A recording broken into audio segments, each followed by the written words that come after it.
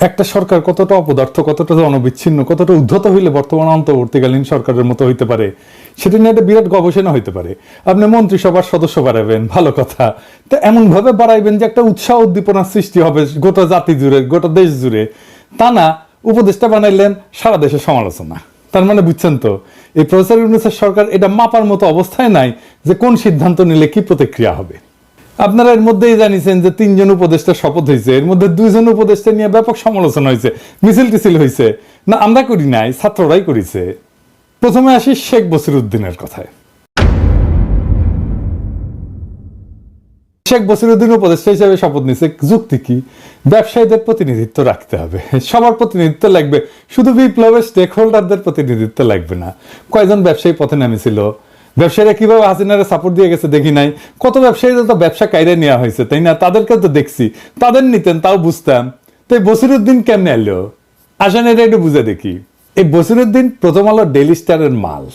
N কইবেন যে দাদা খালি আপনি প্রথম আলো ডেইলি স্টারের পিছে আঙুল দেন, কেমনে বসিরউদ্দিন প্রথম আলো ডেইলি স্টারের মাল হইল?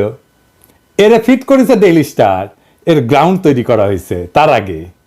গত 9 অক্টোবরে best business person of the year পুরস্কার দিছে তারে ডেইলি স্টার। তার মানে আপনি তো প্রফেসর ইউনূসকে দোষ দিতে পারবেন না, বলতো সে তৈরি করে দিছে ডেইলি স্টার, প্রফেসর ইউনূস চাপ মারিছে। আমি প্রফেসর ইউনূস এলে বলতাম যে আমার কি দোষ, best business person of the year তো আমি বানাইছি উপদেষ্টা।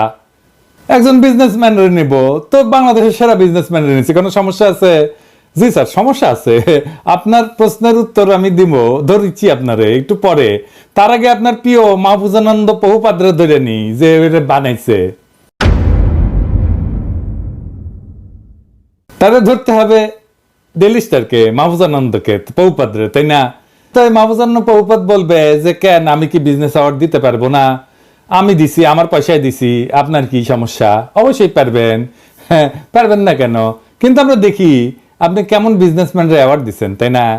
এই আকিজ বশির গ্রুপের শ্রমিকেরা সেপ্টেম্বর মাসে তাদের কিছু দাবি দেওয়া নিয়ে আন্দোলনে নামিছিল। এক পর্যায়ে এই পাটকলের অফিসে হামলা হয়, শ্রমিকেরাই করে বোধহয়, বা কে করে, দুষ্টু লোকেরাও করতে পারে, কেউ জানে না। তারপরে অনির্দিষ্টকালের জন্য পাটকল বন্ধ করে শ্রমিকদেরকে বাইর করে দিছে। এক একজন অনেক দিন ধরে ছিল। আপনি দেখেন তাদের কান্নাকাটি, কি অবস্থা তাদের, বাস্তব হিটা ছাইরা তাদেরকে চলে যেতে এবং বেতন না দিয়া তাদেরকে তাড়াই দিছে। দেখেন আমার কথা শোনার দরকার নাই, আপনি শুনেন তাদের মুখে। হঠাৎ করে এখন মিল্লা বন্ধ করে আমাদের বাইর করে দিতেছে। আমাদের যিনি 43 বছরে আমার একটা সংসার, এখানে এই মালগুলি আমি কিভাবে নিয়ে যাব? এই তো হঠাৎ করে আমার পক্ষে সম্ভব হইতেছে না, এই সময়টুকু তো আমি পাইতেছি না।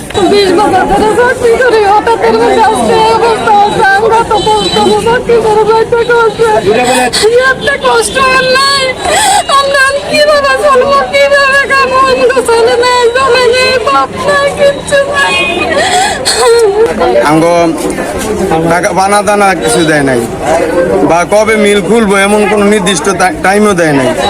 দেখেছেন এই মালরে Mahfuzananda বহুপাত businessman of the year পুরস্কার দিছে। এবার আসেন প্রফেসর ইউনূসের কিছু কই। স্যার আপনি এরে নিছেন, ভালো কথা, এরে পাট মন্ত্রণালয়ের দায়িত্ব দিচ্ছেন কেন? সে আর তার ভাইরা মিলে বাংলাদেশের পাটের ব্যবসার বেশিরভাগ নিয়ন্ত্রণ করে, এটা জানেন না আপনি? কনফ্লিক্ট অফ ইন্টারেস্ট বলে তো একটা জিনিস আছে। আপনারে আমারে এই জিনিস যদি ধরাই দিতে হবে, এটা তো আমি কোনোদিন ভাবি নাই। এটা তো কেলেঙ্কারি হবে আপনারে নিয়া। এইসব নিয়ে আন্তর্জাতিক মিডিয়াতে লেখালেখি হবে, আমরা না লিখলেও আওয়ামী লীগ লিখবে। আপনার আশেপাশে কি গর্দভ বৈশা থাকে? অবশ্য আমি জানি গর্দভদের জন্য আপনার অনেক মায়া, তাই আপনার আশেপাশে প্রচুর গর্দভ সবসময় থাকে। আপনি নিয়ে রাখেন গর্দভদের আশেপাশে। যাই হোক, আপনার নিজের ক্রেডিবিলিটি কিন্তু নষ্ট হইতেছে, এটা বোঝানোর জন্য বললাম আর কি। আপনার দেখার টাইম হয় না এটা বুঝি, কিন্তু আপনার তো ক্যাবিনেটে আলাপ করতে পারতেন, আপনি তো ক্যাবিনেটে আলাপ করেন না। এটা আফটার অল তাদের তো সহকর্মী হবে আপনার ক্যাবিনেট মেম্বারদের, তাই না? তো ভুলের সুযোগ কমে, সবাই শুনতো, কেউ না কেউ এই পয়েন্টটা ধরাই দিত। এবার আসেন ফারুকীর প্রসঙ্গে। ফারুকী দাবি করেছে সে নাকি ফ্যাসি বিরোধীর লড়াইয়ে ছিল। হ্যাঁ শুনেন। ফ্যাসিস্টের বিরুদ্ধে তো ঝুঁকি নিয়ে আমরা 2018-তেও চেষ্টা করেছিলাম, বোঝার চেষ্টা করেছি সিপাহী জনতা। আসলে এটা তো বলা যায় না ভাই, আমি তো ফ্র্যাঙ্ক মানুষ। আমরা বোঝার চেষ্টা করেছিলাম যে সরকার পতন হবে কিনা, আন্দোলন করছিলাম, কিন্তু পোস্টগুলো সবাই দেখবেন খেয়াল করে। হ্যাঁ আমি না, সবাই করছে বাংলাদেশের মানুষ। এবার তো আমরা সবাই অল আউটে গেছি, এর আগে অল আউটে যাইনি, কারণ আমরা পারিপার্শ্বিক বাস্তবতা বোঝার চেষ্টা করছিলাম যে এই আন্দোলনটাকে আমরা কতদূর নিতে পারবো। দাঁড়ান ফারুকি, হাইসানি, হ্যাঁ, মানে আপনি বুঝার চেষ্টা করেছেন পতন হবে কিনা, হ্যাঁ, ভাবতে হবে না, আপনি হটাইছেন, তাই না? 4 মাস আগে কোটা সংস্কার আন্দোলনের সময় একটা নিরীহ স্ট্যাটাস দিয়ে আসলে ডরে দিচ্ছেন মুছে, হ্যাঁ, দেখেন সেটা নিউজ হয়েছিল বলে। এই কলেজের জন্যিয়া ফেচি বিরোধী লড়াই করেছেন ফারুকি, হ্যাঁ, শিল্পীরা মাঠে নামিছিল বৃষ্টির ভিজা, আপনি ছিলেন না। দেখেন কারা কারা ছিল: মামুনুর রশিদ, মোশাররফ করিম, আজমেরি হক বাঁধন, সাবিলা নূর, আশফাক নিপুণ, নুরুল আলম আতিক, অমিতাভ রেজা, পিপলুয়ার খান, শিবু কুমার শীল, রেদওয়ান রনি, জাকিয়া বারি মমো, সিয়াম আহমেদ, সোহেল মন্ডল সহ আরো অনেক তারকা। আপনি কুটি, আপনার তো নাই এটি, আপনাদের উঠে যাওয়ার সাহস করবে পারেননি। এখন কবেন জ্বর ছিল, অমুক ছিল, তমুক ছিল, শরীর খারাপ ছিল, ওই উঠে গেছিলাম, এই সমস্ত করবেন। যাই কন, বৃষ্টির ভিজে ভিজে আপনার কলিগরা এই কাজ করেছে, আপনি তো করেন নাই। মামুন রশিদও ছিল পাক্কা আওয়ামী লীগের মাল, তাও তো ছিল একদিনের জন্য হলে তো মাঠে নামিছিলেন উনি, তাই না? ডিম খেয়েছেন কয়েকদিন আগে উনি, সেই 2013-15 সালের স্ট্যাটাস দেখতে করছেন। তবে এটা ছাপাই দিছে সে, দেখি এনে ছাপাই দিছে কি চিনি, তার লেখা থেকেই দেখি লিখিচ্ছে, ফ্যাসিবাদের কালে যেহেতু দেশেই থাকতে হইছে, ফলে আমাদের বেঁচে থাকা ছিল বড় কৌতুকময়। সৌভাগ্য হোক দুর্ভাগ্য হোক, রাডারের নিচে থাকার কারণে নানা কায়দা কানুন করে বেঁচে থাকতে হইতো। সরকারের সমালোচনা করে একটা পোস্ট দিলে 3টা পোস্ট দিতে হইতো প্রশংসা করে। আবার সমালোচনারও কিছু প্যাটার্ন আছে, প্রধানমন্ত্রীকে বাইরে রেখে অন্যদের সমালোচনা করতে হইতো। তারপর ধরেন আপনার সিনেমা আটকে যাবে, যেটা আটকানোই অন্যায়, সেই সিনেমা ছাড়ানোর জন্য তদবির করবেন এবং ছাড়ানোর পরে ধন্যবাদ দিবেন। নানাবিধ কৌতুকময় ছিল এই জীবন। ভালো, অনেস্ট কনফেশন, এটা আমি পছন্দ করি। তো আপনি তো এই কাম করেছেন, তাই না? তা এই কাম করেছেন, বিপ্লবী শাস্তে যান কেন? বিপ্লবীদের ইনকা করে লিখতে হয় না, বিপ্লবীরা মাথা দিয়ে পাহাড় সরায় দেয়। তারপরে লিখেছেন, ওরাও জানে মানে আওয়ামী লীগ সম্পর্কে করছে, ওরাও জানে ওদের লুটপাট, টেন্ডার বাণিজ্য, চুরি চামারি, ব্যবসা কোনো কিছুর সাথে আমাদের কোনো সম্পর্ক নাই, আপনার কোনো চুরি চামারির সাথে সম্পর্ক নাই। কিন্তু ববিরা প্রশংসা করতে হয় কেন? কেন বলতে হয়? ইস্যু অনেকগুলা, ববিরা প্রশংসা করে আরো পোস্ট দিচ্ছেন, কিন্তু আমি দেখাইলাম না কেন, কারণ কি? ববিরা তালাইতে হইতো কেন? আপনার ববির কাছে যাইতে হইতো কেন? সম্পর্ক নাই বললেই হলো? মাইনে নিলাম যে আপনি ডরে একটা সমালোচনা করে লিখলে 3টা প্রশংসা করে লিখতে হইতো, তাহলে 32 নম্বর নিয়ে কাইন্দা বুক ভেসালেন কেন? কেন রে ঠিকঠাক করে দেওয়ার পক্ষে ওকালতি করলেন? উত্তর আছে ফারুকি। যাই হোক, এবার আসেন ফারুকিরা কেন উপদেষ্টা বানানো হইলো সেটা একটু দেখি। সংস্কৃতি মন্ত্রণালয় তো প্রায়োরিটি মন্ত্রণালয় না, তাই না? মানে এটা না থাকলেই বা কি, কিছু যায় আসে না, তাই না? তাও সেখানে পূর্ণ উপদেষ্টা দেওয়ার প্রয়োজন কেন পড়লো? আপনারা আগেই দেখেছেন যে এই যে বসিরউদ্দিন ডেইলি স্টার গ্রুপের তৈরি করা মাল, ফারুকিও তাই। ফারুকি প্রথম আলো কোটায় এসেছে, বাঙ্গুয়ালিদের যে রসুনগুলো আছে না, এটার গোয়া কলে একটাই, বুঝাও। এইটা আমার ক্ষুদ্র ভাতারা বের করছে আসিফ নজরুলের স্ট্যাটাস থেকে। প্রথম আলো, মোস্তফা সরোয়ার ফারুকি একই সাথে আসিফ নজরুলের প্রিয়, নাটক কম করো প্রিয়। প্রথম আলো, ডেইলি স্টার, ইলিয়াস আর আমার দ্বিমুখী আক্রমণে প্রায় পর্যদস্ত হইয়া গেল। তখন খোদ প্রফেসর ইউনুসের পেশ সচিবকে নামাইলো। আমি কলে এটা বলছিলাম যে খোদ প্রফেসর ইউনুস প্রথম আলোরে বাঁচাইতে নামে আসবে। সে পেশ সচিব, যারে আমি গণশত্রু কইছি, সে তার চাকরি বিধি ভঙ্গ কইরা প্রথম আলোর নির্লজ্জ দালালি করলো। পাবলিকের ক্রিটিসিজমে বিপর্যস্ত হইয়া প্রথম আলো, ডেইলি স্টার ঠিক করলো তারা দিলেন 2 লোকরে ঢুকাইবে উপদেষ্টা পরিষদে। কেন? শুধু প্রথম আলো, ডেইলি স্টারে বাঁচাবার লাগা না, আরো বড় উদ্দেশ্য আছে। বাংলাদেশে যে কালচারাল ইন্ডাস্ট্রি আছে না, এই যে নাটক, সিনেমা ইত্যাদি ইত্যাদি সবকিছু মিলা, গান বাজনা এগুলো মিলা যে কালচারাল ইন্ডাস্ট্রি, সেই কালচারাল ইন্ডাস্ট্রি গড়ে উঠছে ইন্ডিয়ান আর আওয়ামী পারপাস সার্ভ করার জন্য।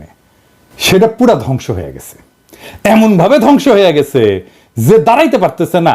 ইভেন এই নটনটিরা নাটক টাটক করতে পারতেছে না, অভিনয় করতে পারতেছে না, দাঁড়াইলে ডিম খায়, নাটক শেষ করতে পারে না, মাঝে বন্ধ করে দিতে হয়। শিল্পীরা অভিনয় করতে পারতেছে না, তো মারা পড়বে তো এরা খাইতে না পেয়া। তার সাথে ইন্ডিয়া তার গুরুত্বপূর্ণ একটা স্ট্র্যাটেজিক অ্যাসেট হারাবে। তাই ফারুকিকে সেট করা হয়েছে এই ইন্ডিয়ান স্ট্র্যাটেজিক অ্যাসেট যেন রক্ষা পায়।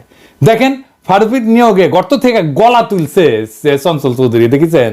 অভিনন্দন জানাইতেছে, মুন্নি শাহ অভিনন্দন জানাইতেছে। তার মানে কার লাভ হয়েছে? কে উৎসাহিত হয়েছে? বুঝছেন তো? এ এখন ইন্ডিয়ান এই অ্যাসেটটারে রক্ষা করবে। এই ফারুকি যাবে এখন প্রথম আলোতে, দেখবেন। আমি কয়ে দিলাম, লিখে রাখতে পারেন, প্রথম আলো বর্ষপূর্তিতে যাবে, লিখে রাখতে পারেন ফারুকি যাবে, ছবি টবি তুলবে, ফটো সেশন করবে, এটা আবার ছাপবে প্রথম আলো। মেরিল প্রথম আলো পুরস্কারে যাবে, বিশাল বিশাল ফিচার ছাপা হবে ফারুকির নিয়ে, গর্ত থেকে বাইর হবে সব ফ্যাসিবাদের দালাল নটনটিরা নতুন কইরা। ওই যে আরেক জামিলকে দিছে না শিল্পকলায়, তো কিছু আগাইতে পারে নাই, তাই নতুন মাল আনিছে প্রথম আলো আর আসিফ নজরুল। আর ফারুকের মিশন হইতেছে ভাঙ্গা যাওয়া ইন্ডিয়ান কালচারাল ইন্ডাস্ট্রিকে দাঁড় করানো। এরপরের পিছে চেপে শট করে ঢুকে যাবে আপা। তখন এই বশিরুদ্দিন আর ফারুকি বলবে, আপা আমরা সেই গভীর অমানিসাতেও পিছে পিতার ছবি নিয়ে অফিস করেছি, এডিটর সাহেব এনে দেখেন না ক্যাঙ্কা কইরা পিছে সরদির বডিগার্ডের ছবি নিয়ে অফিস করিচ্ছে, বিউ গলে করুণ সুর বেজা দেন না এডিটর সাহেব, আমরা বঙ্গভবনের ছবি খুলে ফেলার নাটক দেখবো, ভাববো আহা কত জনগণের কথা শোনা হচ্ছে। এই ফাঁকে ফারুকি 32 নম্বরের সংস্কার সেরা ফেলবে, দেখবেন 32 নম্বরের কাজ করিচ্ছে, পরিষ্কার হচ্ছে সবকিছু, নতুন করে পরিষ্কার হচ্ছে, লোকজন বসিচ্ছে ওর মধ্যে। দেখবেন কেন 32 নম্বরের যে ট্রাস্ট ছিল, যে ট্রাস্টের খরচায় চলতো, যে ট্রাস্টের আয় দিয়া চলতো, সেই ট্রাস্টের হিসাবপত্র এইটা কেন অডিট করা হইতেছে না? কে কে দিছে ওইখানে টাকা? হাসিনা যেগুলো থেকে মাল টাল খাইতো না, সেগুলোর সেই মালগুলারে কিছু টাকা দিতে বলতো ওই ট্রাস্টে, এই জাদুঘর ট্রাস্টে। তাই কারা কারা ওইখানে দিছে ওইটা অডিট করতে হবে। তারপরে একদিন কোন এক প্রভাতে বাকশালীদের নতুন পিতা ট্রাম্পুর কাঁধেন চেপে চট করে হাসিনা ঢুকে গেলে ফারুকি ইভাঙ্কার সামনে গিয়া বলবে, আপা তোমার আব্বুরে আমি একটু আব্বু ডাকি। হিন্দুত্ববাদী ইন্ডিয়ান লেসপেন্সার ফারুকি চোখের পলক হইয়া যাবে ওয়েস্টার্ন লেসপেন্সার। এইভাবে ইন্ডিয়ার ওয়েস্টের যৌথ প্রযোজনায় বাঙ্গুল্যান্ডের ইসলাম কোম্পানির মিশন চলতে থাকবে। আবার ফারুকির বাচ্চা কাচ্চাদের টাইম গড়াবে, ফারুকির বাচ্চা কাচ্চারাও বিপদে পড়া কান দিবে, আর আমাদের দরিদ্র জনগোষ্ঠীর পোলা মাইয়ারা আবার রক্ত দিয়া মুক্ত করবে দেশ। রক্ত দেওয়ার হিম্মত না হইলেও আবার দেশের মাথায় গিয়া বসবে বাঙ্গু এলিটেরা। এই চক্কর থেকে আমাদের মুক্তি নাই যদি না বাঙ্গু এলিটদের এই রাজপ্রাসাদ গুলারে জ্বালায় দিতে না পারেন। আপনাদের পোলা মাইয়াদের শিখাইবেন প্রথম রাতেই আনন্দ উৎসবে নামেইটা ক্ষমতার দখল নিতে হবে। শুধু গণভবন না, বঙ্গভবনেরও দখল নিতে হবে। ক্ষমতা বসাইবেন দরিদ্র মানুষরে, নিজেরা বসবেন ক্ষমতায়। যতদিন গরিব মানুষের সরকার প্রতিষ্ঠা না হবে ততদিন আমাদের মুক্তি নাই। সেই দিন আমাদের আসল মুক্তি, কারণ দেশের ভার, পতাকার ভার বইবার শক্তি আছে ওদেরই। তার মানে বুঝেছেন তো, আমাদের বিজয় কলে সম্পূর্ণ হয় নাই।